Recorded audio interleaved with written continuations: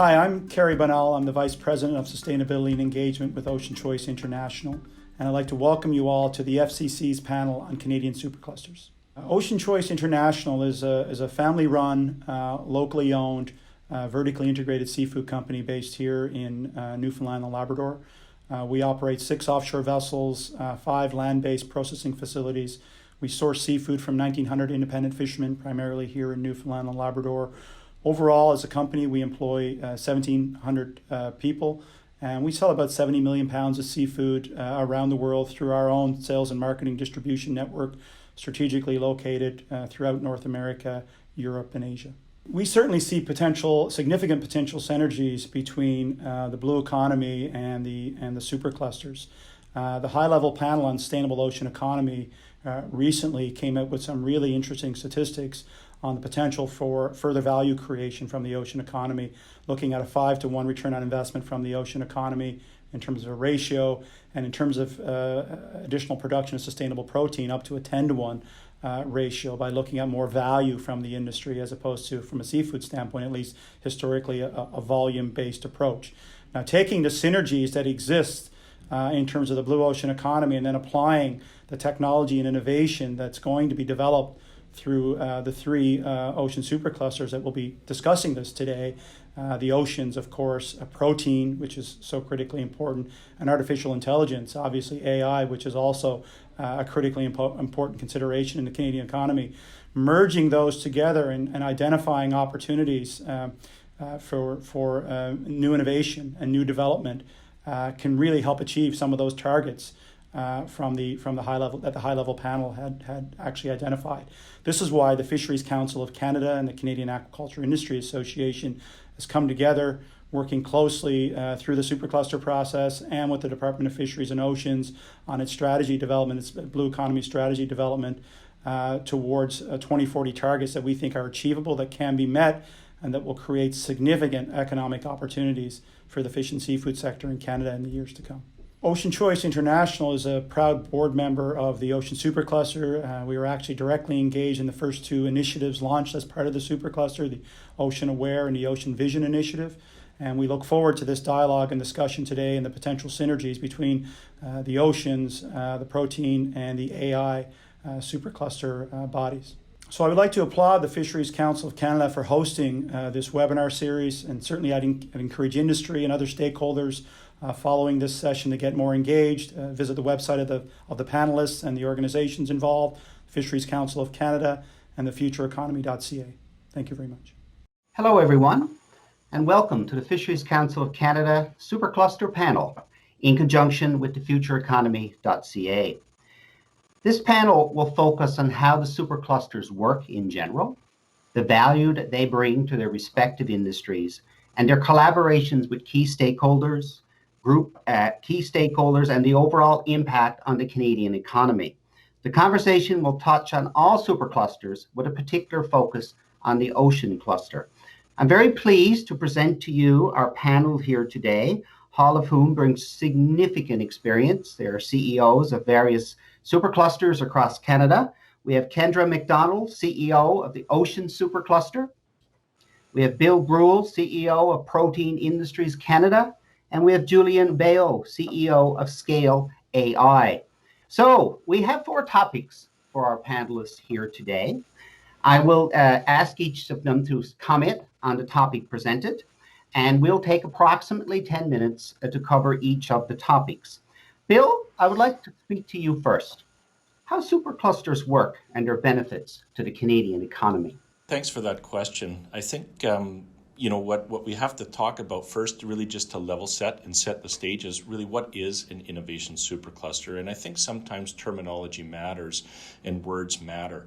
When I think about an innovation supercluster, I really think about 5 different sectors of the innovation economy coming together to really grow industries of the future. So an innovation supercluster is an organization, a formal organization with a board and a budget that brings together the entrepreneurship community, the capital community, the corporate community, government, and academia, all to really support a growth industry of the future by providing a space for collaborative and open innovation.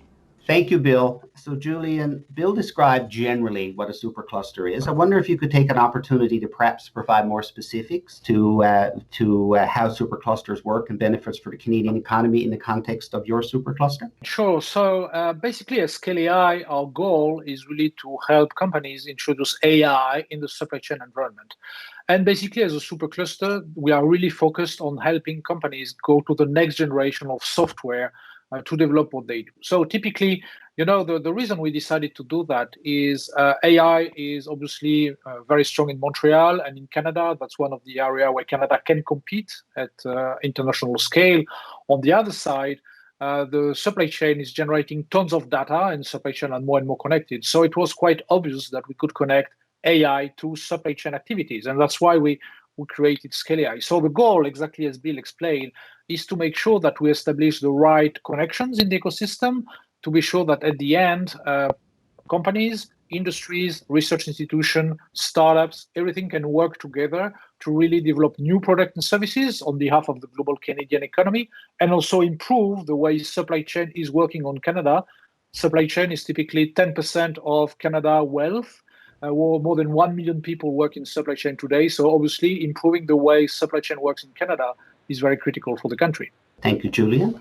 So Kendra, most of our audience are probably fisheries or certainly connected to the oceans. I wonder how you would address that topic with some specificity to the oceans or fisheries specifically. Sure. So when it comes to the Ocean Supercluster, one of our key objectives is really changing the way that we do business in ocean. And so that's not just encouraging more collaboration, which we've heard across various stakeholder groups. It's also cross-sectoral collaboration. So the Ocean Supercluster's members we have 13 different sectors. So you see fisheries, aquaculture, shipping, offshore oil and gas, bioresources, ocean technology. And what we found is traditionally those sectors tended to work in silos to try to address challenges. And yet when you talk to them, a lot of the challenges that they're facing going forward, whether it's in terms of talent or global reach or the cost and risk of doing business on the ocean, are similar.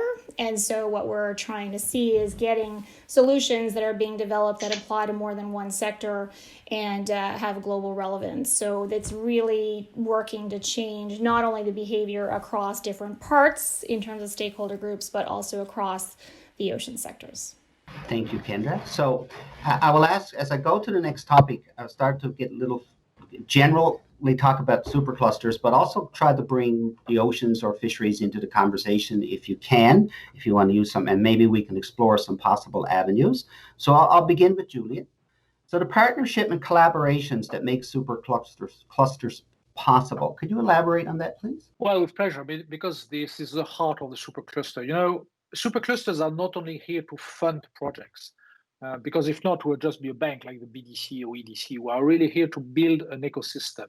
And in the case of SCalia, building the ecosystem has various initiatives inside. So typically, obviously, we fund projects, but we ask every project to be built in collaboration with SMEs, with multiple companies, and possibly with a research institution. So even if we fund industrial project, we will not fund a project for one dedicated company. We want a consortium, including multiple entities, to be funded as a project. But aside of that, we have decided to develop other programs to benefit the ecosystem. Typically, one of our programs is a talent program where we try to help workforce improve for AI management, but also we are going to fund research chairs, possibly up to 10 of them, that are focused on AI applied to supply chain. So that's a direct investment into chairs in universities to be connected with industry.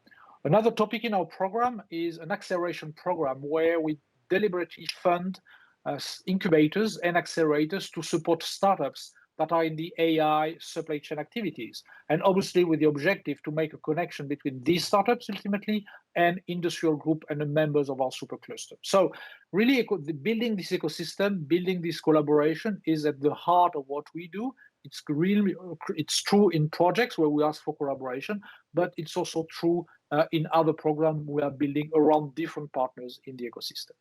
Kendra, could you comment on your perspective on partnerships and collaborations that make superclusters possible? Sure. So I think very similarly, we look at in our projects having whether it is small and large business, in terms of academic, in terms of government partners in some cases.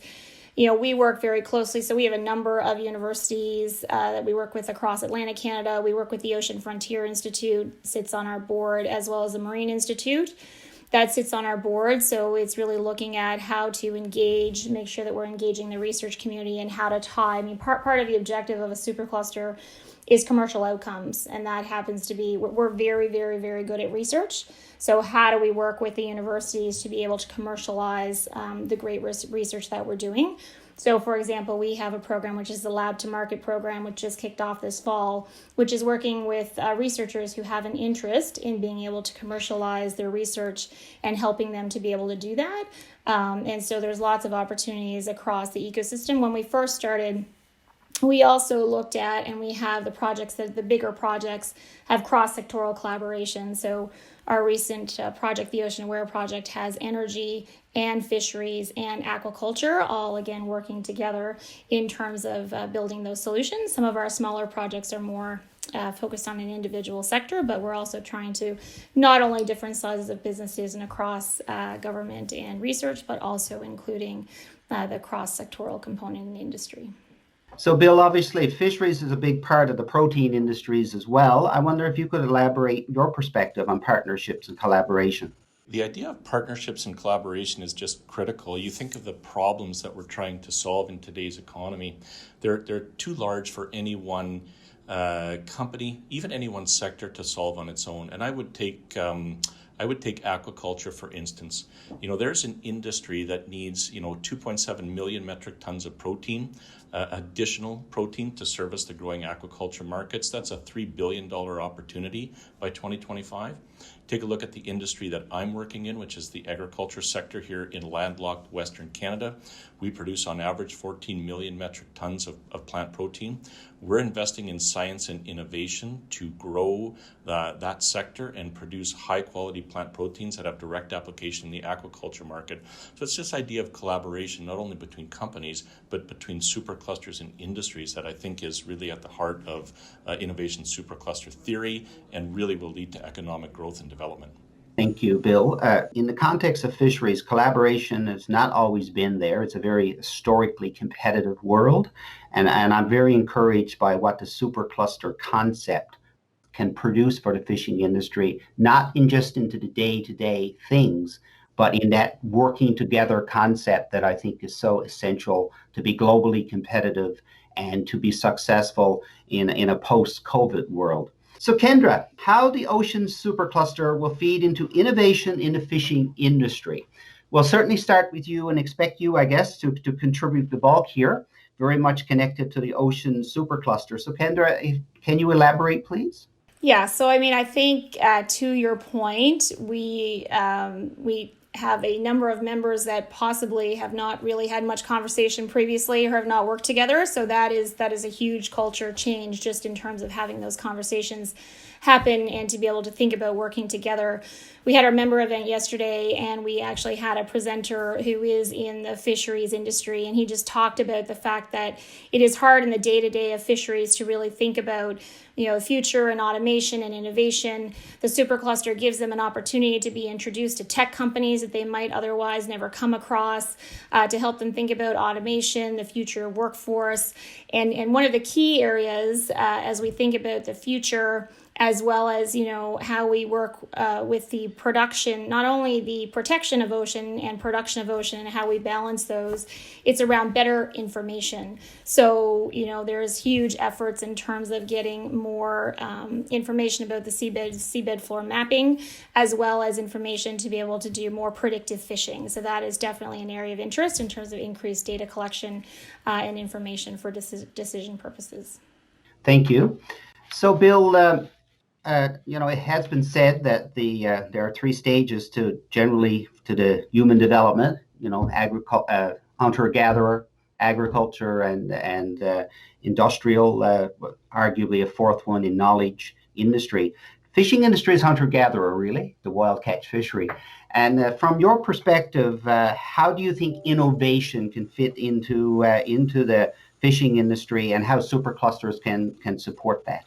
As a resident of a landlocked province, I'm not sure I have much specific to add, but I think just to build on what Kendra talked about is the application of new innovation and new technologies to traditional sectors. So I'll use the agriculture and food processing sector maybe as a jumping off point for this.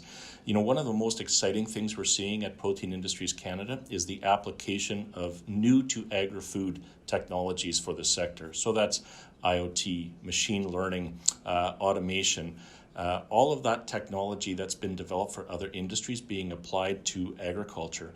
I really think the same for the aquaculture sector or the fisheries sector. Application of new technologies to improve competitiveness, to improve sustainability, to think about how we're servicing our end-use customers with better information on production, mitigating of climate change. I think it's the application of new technologies, and that's really something that the superclusters can help foster. So, Julien, in the Canadian context, labor issues, demographics in the fishing industry, potential shortages of labor in the future, the need to be internationally competitive. We're not major players in production, around 1% of the world supply, perhaps about 3% of the world value. How do you think AI can contribute to innovation in the fishing industry? That's interesting because historically at SCalia, we had very few projects in agriculture, at least since inception. But very recently, we just validated 3 projects around agriculture and around improving production or improving logistics around agriculture. So we have a bit more water in Montreal than Bill has in Alberta, but definitely we have not fisheries. But we see really that AI can be more and more applied to a lot of things, actually. So obviously it can be applied to feeding, to improve the way you grow different things, including fishes, but also plants and others. That's one thing for sure. But we definitely see AI as a big contribution into the global supply chain. Let me give you some example. Obviously, fisheries are producing fish, but then you need to deliver this fish, and you need more, as much as you can, predict demand and pricing to optimize the value you can take out of your fisheries. On that one, we are investing. We actually have a significant amount of projects with retailers about demand forecasting and pricing forecasting. And obviously, that seems very far away of what fisheries are doing, but actually it's very connected, because if retailers, groceries are able to better predict the level of demand for a specific product, then of course they can collapse into the full supply chain and improve the way fisheries are collecting fish or growing fish. So demand forecasting, price optimization, that's definitely a point of focus we have at SCalia. We can have definitive impact on fisheries. The other one, obviously, is transportation. And I'm not a complete specialist on that, but I'm pretty sure you need to respect cold and then the freezing chain all around the transportation of fish. If I think Asterix and Obelix, I can definitely think you need to refrigerate your fish when it has to travel. So basically, that's a place where you can follow, you can predict, you can much better predict shipment, logistics around fishery, and obviously that can help. So as SCalia, we're not directly investing in growing proteins, even if we see some applications already in the agriculture sector, but we are definitely all around all the other aspects, which are, of course, transportation, quality control on one side, and demand forecasting and price prediction. We can greatly help the complete value chain of fish and fish growing in Canada develop and improve over time. Kendra, I was going to go back to you with the question on with comments on what your colleagues have spoken about in specificity of innovation in fisheries. The fishing industry is going through massive change. There's significant innovation taking place in the fishery, and yet there are many aspects of the fishery that continues to require more work. So perhaps I could go back to you again and ask you to comment on any particular points that you may have missed, or some aspects of what your colleagues have raised. When I think about the other superclusters, there is a fit with ocean in several of them. So if you think about what is important to the future of fishery, So take Julien's example, the whole catch to plate tracking and understanding where it's coming from and how we do that and how we bring new technologies to that problem. Is a real challenge and is of importance to the fishery. When you look at the digital supercluster, and they're doing some work in the wild fishery in terms of protection, and that's all around data collection and making sure that we are protecting and better predicting in terms of the wild fishery and the tie-in there. When you think about bringing new technologies, and I think about Ontario and robotics and AI and mixed realities, and a number of those around digital twinning of assets, for example, in terms of the fishing equipment. And so, there is definitely a fit, and to Bill's point around more so probably on the aquaculture side, but the fish feed and the opportunity around the opportunity that exists because of the increase in demand for aquaculture and for fish protein. But with that demand comes an increase of need for fish feed. So, the fishery, it is a traditional industry. I think we have a huge opportunity in Canada to bring technology to that industry. And one of the other things that I hear just in terms of the fishery is there is a need to innovate because the worker of the future is not as interested in traditional fishery roles in the fishery. And so how do we bring automation? How do we think through, what fish processing looks like in the future and the type of role that we need to bring to that? And how do we make that attractive to the next generation of worker? And I think that is a real challenge, because just getting that license sort of renewed and doing it the way it was being done before is more challenging than perhaps it's been. So one more topic, as we reference climate change as well. So just that whole the wild fishery and maintaining fish stocks and the need for information and better data to be able to continue to do that. So again, a very important part, because we're told and we've seen in different parts of the world that well managed, actually we end up with a better sort of continuous source of fish. And so that is a very important part of maintenance and being able to maintain supply in the future. I would like to emphasize also on this point the importance of the ecosystem and collaboration. We had the opportunity, we are hosting an acceleration program in Montreal for startups called Creative Destruction Lab. And we have a stream specialized in AI supply chain. And so the new cohort is going to arrive in mid-October. And basically, we had a very interesting startup called Legit Fish, which is all about tracing system for fishes between typically in the transformation area. And so that's a good example, because ultimately this startup will be supported through the Creative Destruction Lab by some money coming from SCalia. And so possibly this startup can provide a very interesting solution for the industry about traceability, not only traceability in fisheries, but traceability in the transformation industry, to be sure that actually if you want to buy a snapper, it is really a snapper and not something else, because that's in the transformation part, what we understood, at least where most of the issues are coming. So that's a good example of how the ecosystem is working through an acceleration program, which is supported by one supercluster. There's an interesting company that could grow, develop, and solve possibly some of the critical issues for the industry. I think I would just like to add some points about the innovation in the fishery. It's from thousands of years, it was a major food source and remains one of, if not the primary protein source in the world. But increasingly, the value of fish for nutraceuticals and pharmaceuticals and some other industrial applications have become more and more apparent, and hence the cooperative and working together and with other industries, even outside of the fishing industry, I think is going to be imperative. So thank the three of you for your comments on this very, very important topic, I'm sure, for our audience. We've been talking about superclusters and very much talking about, in many ways, you've alluded to the start of the supercluster concept and the work that you are doing. Perhaps we should take some time to think about the legacy of superclusters and the Ocean Supercluster in particular as you move forward into the future. So again, Bill, I'll start with you. So I'd like for you to speak to what are the superclusters' hopes to achieve in the long term, and how are you supporting the Canadian economy? And okay. I'd like to speak a little bit about what happens when funding comes to an end. So if I think about the goals of Protein Industries Canada, what we're trying to do as a supercluster, it really comes down to economic growth. We're driving towards the creation of 4,500 jobs and $4.5 billion worth of GDP. We know that those targets are eminently achievable.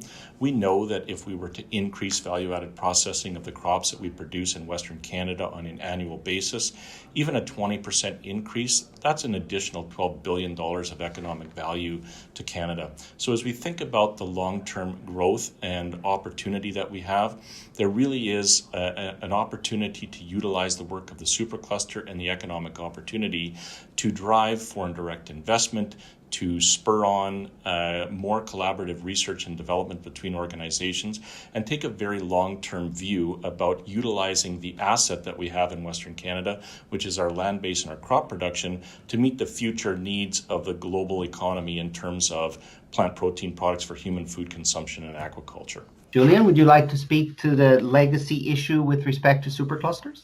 Well, no, that's an ambitious program talking about legacy. Meaning, from SCalia perspective, and perhaps differently for most superclusters, we are definitely in the software industry. So our goal is really to be sure that at least the Canadian industry embraces software and you consider software as an investment and not as a liability. And so that's really the challenge we want. If we are successful in introducing AI in companies, then obviously that will be a great legacy.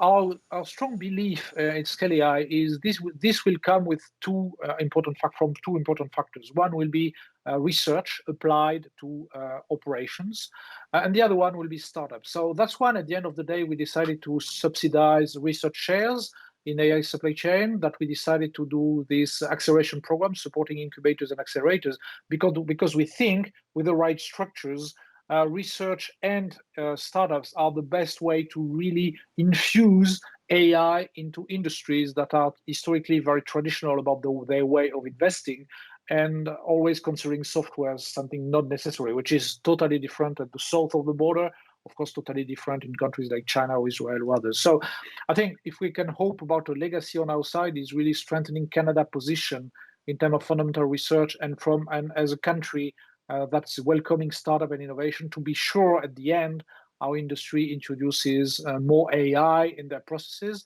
and being more efficient globally as a country. Kendra, obviously ocean sector is a big issue in Atlantic Canada, big component of the GDP and of the economy, and industries rise and fall, but at the end of the day, the oceans remain center to the future of Atlantic Canada's economy, and very important in the Pacific and the North as well. So can you speak to the legacy issue of superclusters and in particular this idea of the long term and what happens when funding ends? Similar to Bill, it is all about economic growth. So you look at the opportunity that exists in oceans. So the ocean economy globally is set to double by 2030 to $3 trillion. If you look at the Canadian ocean economy, we have the longest coastline in the world.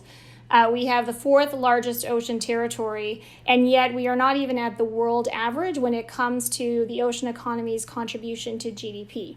In fact, we're half of the world average. So you can argue we're a highly diversified economy, but to me, that is the opportunity. If we could get to the world average, that would be a doubling. If we can double with the projected growth, that would be another doubling. And if you think about the opportunity to be able to get ahead of that with the changes that we're making to how we focus on the ocean economy. And so this is about Canada as an ocean nation and the opportunity. This is really about, so for me, the legacy is we change the way that we do business fundamentally. This collaboration and this behavior around collaboration that we've seen not only cross-sectorally, pan-Atlantically, but we are now seeing more and more partnerships that are forming across Canada. And so that idea that we can work together as Canadian companies to go after global opportunities at a scale that we perhaps have not gone after before. And if I look at the fishery is one of the most export-minded industries that we have in Canada. They're already thinking about global markets, and so they have a huge, I think, leadership role in terms of bringing that global mindset to the rest of the Ocean Supercluster.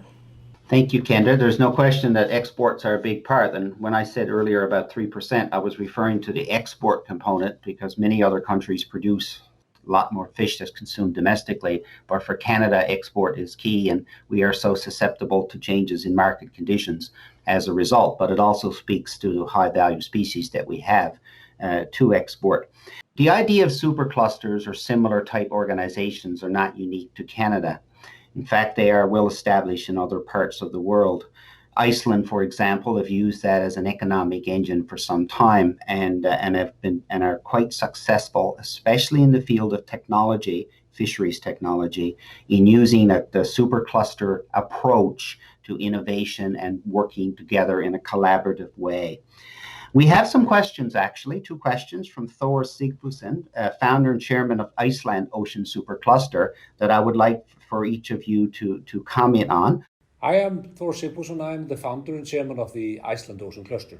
I would like to hear them maybe explain how they are planning to inspire new generations of Canadians in terms of their fields, of their industries. What plans do they have, the clusters, to get them involved in the cluster work or in the industry in itself? So I'll begin with Julien. Regarding SCalia, as I said, the strongest challenge for us is to make Canadians being interested in AI and software coding as a whole. And specifically, I would say women and minorities, because of course, you know that white men are overrepresented in this group. So what we try to do as SCalia in our talent program is we try to have programs to incentivize younger people to actually join studies in this coding and AI environment. So we're going to sponsor organisms, non-profit organisms that are promoting science and technology, and specifically science and technology for women and minorities, because we think there are significant opportunities of business for women and minorities in this area, which is not common for them. And definitely we think that as SCalia, we should support them, introduce them to these technologies, and so obviously help them join ultimately the big AI industry, possibly apply to. Thank you. Bill, would you like to comment on Thor's question? Yeah, and as a baseline, agri-food industry in Canada is already the largest employer of people in Canada and the second largest contributor of GDP. So we've got a lot of momentum already in the agri-food sector. I think, if we talk about inspiring the next generation of Canadians to get involved in this industry, I think we have to look at the application of new knowledge and technologies that's really not applied in the agri-food sector. So Julien talked about artificial intelligence and supply chain improvements. We've got a lot of exciting work going on around advanced food processing, food entrepreneurship. We've got a lot of things happening in terms of IoT and machine learning. It's the application of new knowledge and technologies to what is really a traditional industry. So I think showing all Canadians, and in particular, as Julien said, some of the underrepresented groups, the opportunity to have an exciting career in the agri-food space through the application of new knowledge and technologies. And if you couple that with already the largest employer in Canada and the growth opportunity that food processing and ingredient manufacturing shows in Canada, I think we've got a lot of work to do, but it is a field that I do believe will attract a lot of talent in the future. Thank you, Bill. Kendra? And so I think similar to Bill and Julien, it is really helping Canadians to understand the opportunity that exists. These are traditional sectors, and there is a lot of expectation or a view on what those roles look like. So helping to educate on what those opportunities are. So we're about to launch a 12-week series where our different member companies talk about their organizations and what they see the opportunity to be in the ocean economy. We've got one of our members in Nova Scotia that helps you understand what a path to different careers in the ocean economy look like. And I think part of it is to create role models. So to the comments around underrepresented groups, inclusion is a huge focus of ours. We just launched last week our Indigenous Career Pivot Pilot Project. And so that is focused on being able to position or create employment for 10 from the Indigenous community within our member companies for a year. And then you understand what those opportunities are. We're just about to do some work in women in ocean tech, which again is significantly underrepresented in terms of the ocean community. And so having those role models, but then also on the projects themselves. So we have several of our projects that are working with MyTax to be able to position students on those projects.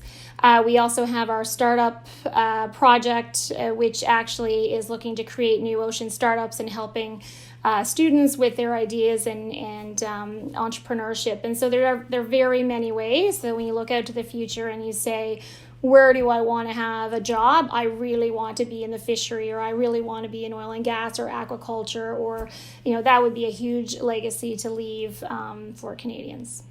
Thank you, Kendra.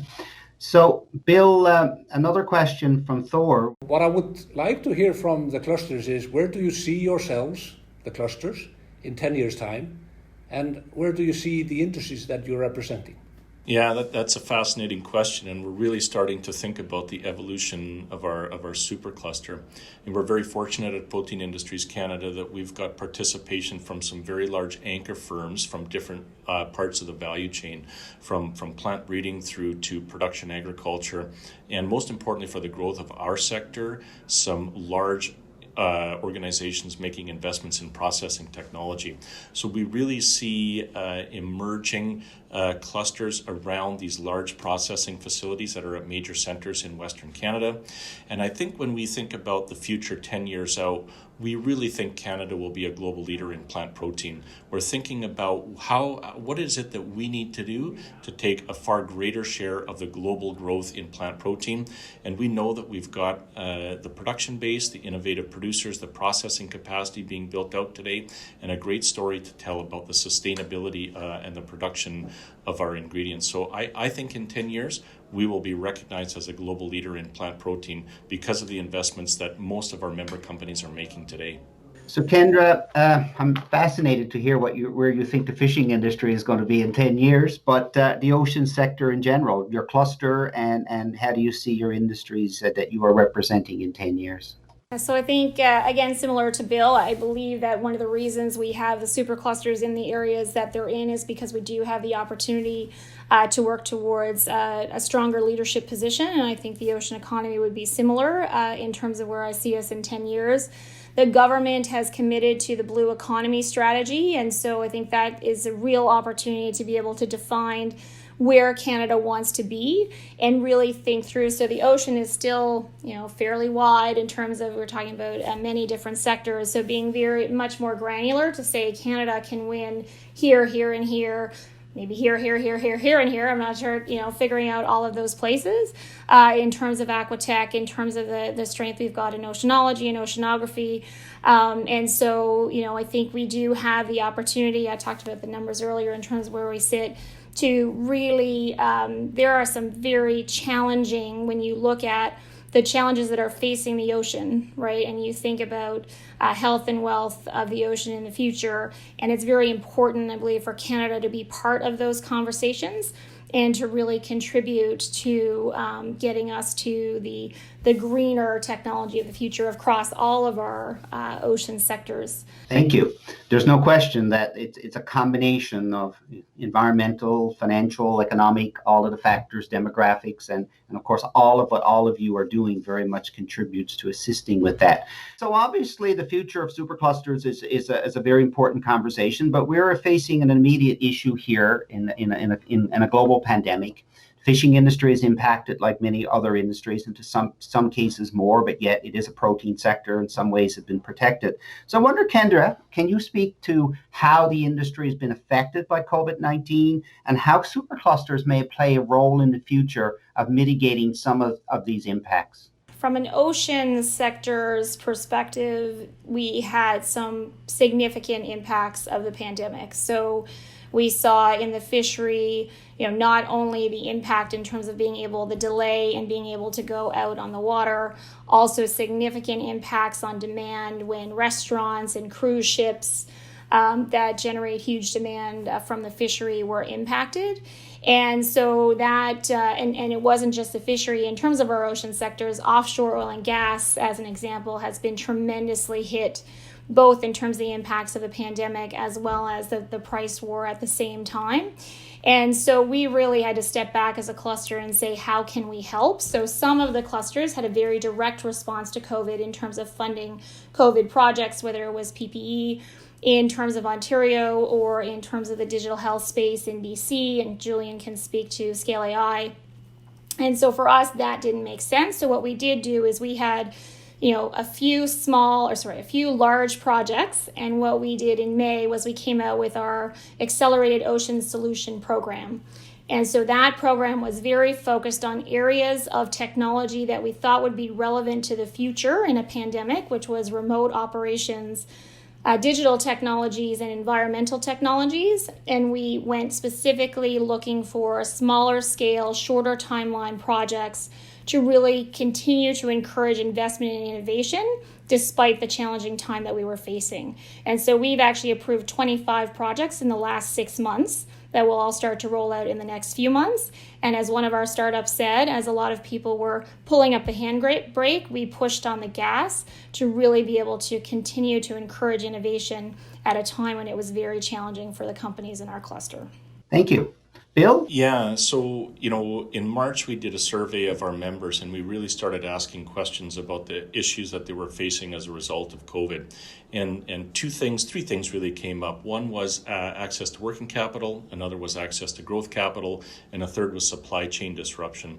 I think this idea of supply chain disruption is a really interesting one for us to explore in Canada's agri-food sector.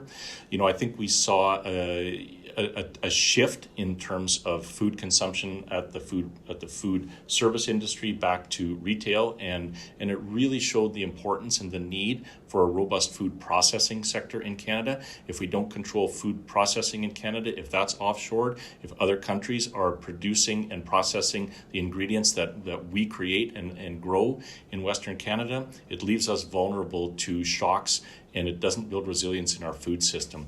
And so I think it really opened up the eyes of the Canadian agri-food sector that we really need to think about processing of food in Canada as a means of food security and food sovereignty in the long term. So I'm going to give each of you an opportunity to offer some final comments. And I'm going to start where I ended with Kendra. Kendra, do you have any final comments to offer the members of the Fisheries Council of Canada or other participants in this forum? Yes, the one thing that I would say is we're just getting started. The Supercluster program is a couple of years in. I think the opportunity is tremendous. I think get involved, understand the projects, understand the opportunity, and don't defer if you're thinking about making an innovation investment, because getting ahead of this, being the first to digitize, being on the early end of this matters from a global perspective. We are not the only ones that are turning our attention to the blue economy. There are blue economy clusters that are coming up all over the world. And so getting this right and making sure that we've got the industry support around these projects, take the opportunity to innovate, take the opportunity to bring these new technologies to your business and to the way that you do things, because we will be much stronger for it as an industry and as a country. Thank you. Bill? In terms of final thoughts, I'll maybe build on what Kendra talked about, and collaboration and open innovation to me is key. And I might be sitting in the prairies in Western Canada, but there is just so much opportunity to be collaborating with people in the aquaculture sector and the ocean sector. So I would really encourage organizations and companies that have innovative technologies on the aquaculture side to start talking to us at Protein Industries Canada, getting connected with our members that are producing high protein ingredients that are going to be just really great fits for sustainable aquaculture feed into the future. And you know what? There's going to be other opportunities that emerge out of that we can't even think about today. So I would really encourage collaboration and open innovation across industries. So Kendra, as a final comment for you, I guess, is it'd be interesting for you to comment on Bill's suggestion about opportunities or the need for collaboration among not just in the ocean sector, but industries in general. So absolutely. I mean, we've started some of those conversations. So there has been a natural alignment, I think, between proteins and ocean. We're early days in those conversations, but I think that people recognize the opportunity. I think we're just trying to figure out the best way to position it. But I think when you look at innovation and you look at some of the best innovations, it's an innovation from one industry that is brought to another industry, even though perhaps it didn't naturally seem to fit. That is where some of the best innovations come from. And I think one of the challenges when we think about ocean, and even for me coming into this role, coming from more innovation in tech, was really we think about ocean science, and we tend to think about the ocean and the challenges of the ocean differently because we're bringing that scientific lens to it, and science is incredibly important. But there are so many aspects of this that is around digitizing the ocean, having better information, understanding better around weather patterns so that you can better predict the future movement of fish, and you can take 1,000 examples of that. But that is really, I think there's a huge alignment when you think about fish, is it farm to plate and catch to plate?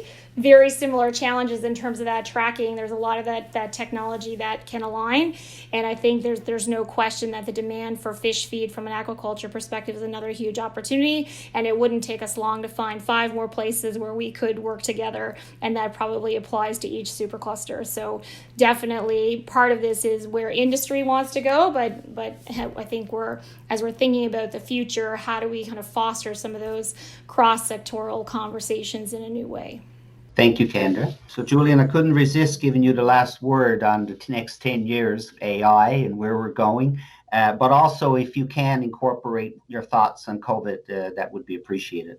Well, most people say AI today is at the same maturity state that internet was in 1995. So, meaning it seems that 2 years is still a long time, and we have plenty to do in the AI stream. For sure, I think for SCalia, what we really want is really to help AI being more used by industry, more chosen by students, more innovation created around AI by startups. That's really what we aim for. And COVID is not helping, in fairness, on that for different reasons. COVID is not helping because it's delaying projects, meaning a lot of companies in the industry are struggling for survival. If you think about the airline industries or others, that are really fighting for their life. So they should invest now. Some of their competitors are investing, but they don't have the money to invest. So COVID is really slowing down some investment in software, and it's a mistake at Canada level because in some other countries, companies continue to invest in AI and automation and prediction. So COVID is a concern. It's also an opportunity because that means new solution, meaning digitalization of companies, digitalization of society as a whole, has gained perhaps 5 years in the last 6 months, meaning a lot of companies were not even thinking about working digitally. Now, most of their employees work at home, and that's creating new opportunities for talent, new opportunities for disruption. So COVID is a concern, COVID is an opportunity, but definitely on our side, we definitely see AI as one of the biggest things for Canada and the whole world in the next 10 years. We are just barely scratching the surface of what we can do. And obviously, we think that there's a lot of opportunities to capture in the next 10 years. Thank you very much, all 3 of you. Tremendous insight into what can be complicated but very fascinating issues. And I think the work you're doing very beneficial to all Canadians, and certainly very beneficial to the sectors that you represent. I can say that coming from the university world, I'm encouraged that this sort of thought process in the supercluster concept is out there. It's tremendously helpful as we think about where we need to go. How do we need to educate the next generation and continue to learn throughout a lifetime, embracing of technology. COVID has taught us that for sure, as we try to deliver programs remotely and online and continue to innovate every day as a result. I guess necessity is the mother of invention. And so tremendous work you're doing, very beneficial. The fishing industry, the area that I know the most, I think is going to benefit immensely from not just the technological transfer and the marketing opportunities and working together, but also about becoming that area that young people want to go to. And I think that will come back. And there's some elements of COVID that perhaps will actually facilitate that, ironically, and in terms of quality of life in rural Canada and so on. So tremendous. I also want to thank the Fisheries Council of Canada for the opportunity here today, and the TheFutureEconomy.ca for your tremendous support. So again, thank you very much. And I'm sure I'll be speaking to you or seeing you in the future. Thank you. Thank you very much.